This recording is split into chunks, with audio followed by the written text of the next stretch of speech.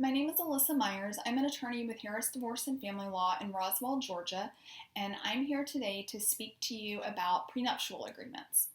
It's a common misconception that prenuptial agreements are reserved for people with a substantial amount of wealth. And that's just not true. There are many people with a moderate income who can benefit from a prenuptial agreement.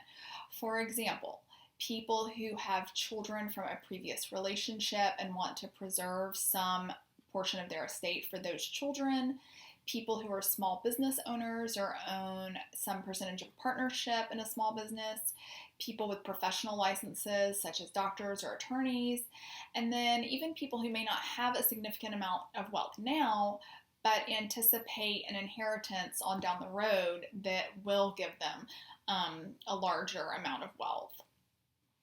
In Georgia, the execution of a prenuptial agreement requires the signatures of both parties, as well as two witnesses, one of which must be a notary, and it also requires an itemized disclosure of the assets of the parties. And later, if that agreement is sought to be enforced and it comes to litigation, the courts will look to three factors to determine whether that agreement is going to be enforceable or not.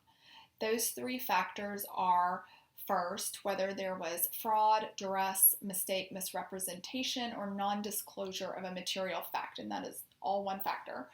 Secondly, is the agreement unconscionable? And third, is it unfair or unreasonable?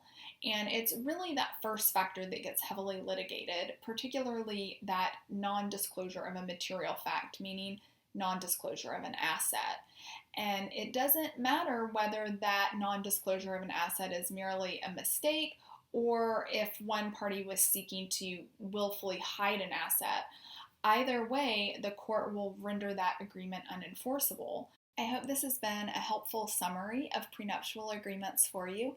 And if you have any further questions, please feel free to call our office. Thank you.